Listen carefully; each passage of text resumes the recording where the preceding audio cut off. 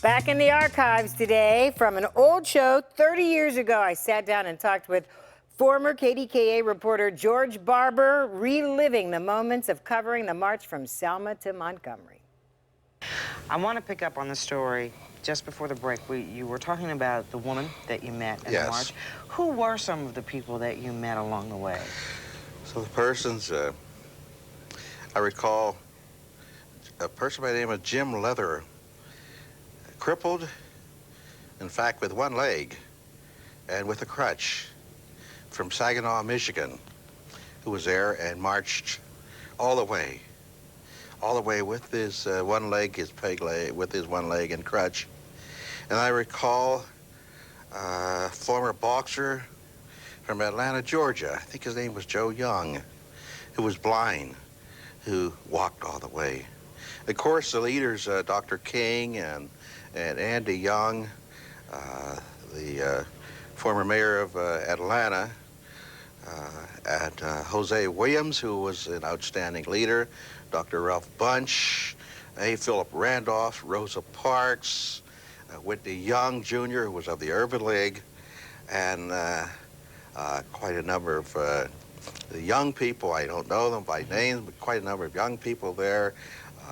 And also on the opposite side, so to speak, with the black hats, Sheriff Jim Clark.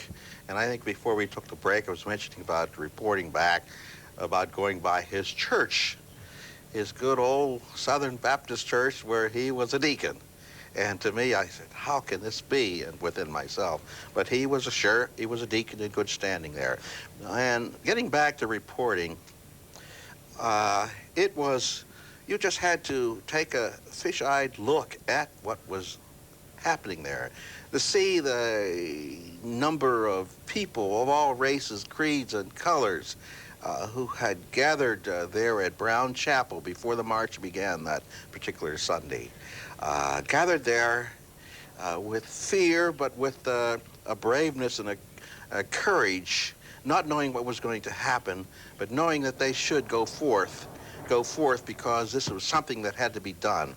And shoving out from there, going to the Edmund Pettus Bridge, where Bloody Sunday occurred, and going across the bridge and not knowing whether or not you were going to be attacked by horses, tear gas, or what have you. The people were just wonderful. And I remember those persons who, black farmers along the way, who, despite all the pressures of whites in the area not to accommodate the marchers overnight, stood bravely by and allowed the marchers, allowed us to bunk down at night. One person I met, I think his name was George Gardner, and his farm, he's a 165-acre farm, I think it was, on the second day out, the second night that we bunked out there. And Gardner, 2 days later, when we arrived in Montgomery, he singled me out to find out if I could do something to help him, because they had boycotted his farm goods in the town, and he was having a very difficult time. So I was able to put him in touch with John Doerr, I think it was Kennedy's assistant, U.S. I forget his exact title, and Doerr was attempting to do something to help him. But the people. Let me ask you this, because when you talk about the people, and you've mentioned quite a few, the 72-year-old woman comes to mind, the gentleman with one leg. We're talking about people who were willing, by and large, to risk their lives. Yes. We don't see that same type of commitment in 1990, do we? I say no, we don't. No, we don't. I have to say, and I would say that we see a commitment in not to the cause of equal rights or civil rights, but we see such commitments, and this is tangential, like that in the drug traffic. We see commitments of that degree, with that intensity, but not for such a good thing as civil rights and equal rights and progress and so forth. I know it's there somewhere. It has to be.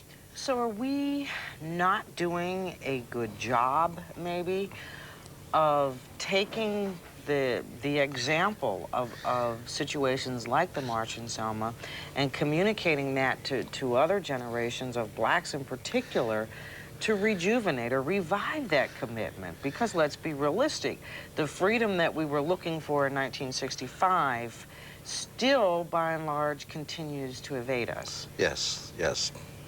We have to do much more in order to impact these historic happenings and into the young minds.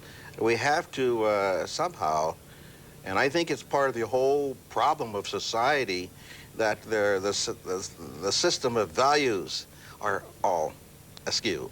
And as a result, there is emphasis on things other than progress towards civil rights, towards equal rights, towards moving towards a democracy. In fact, here, it's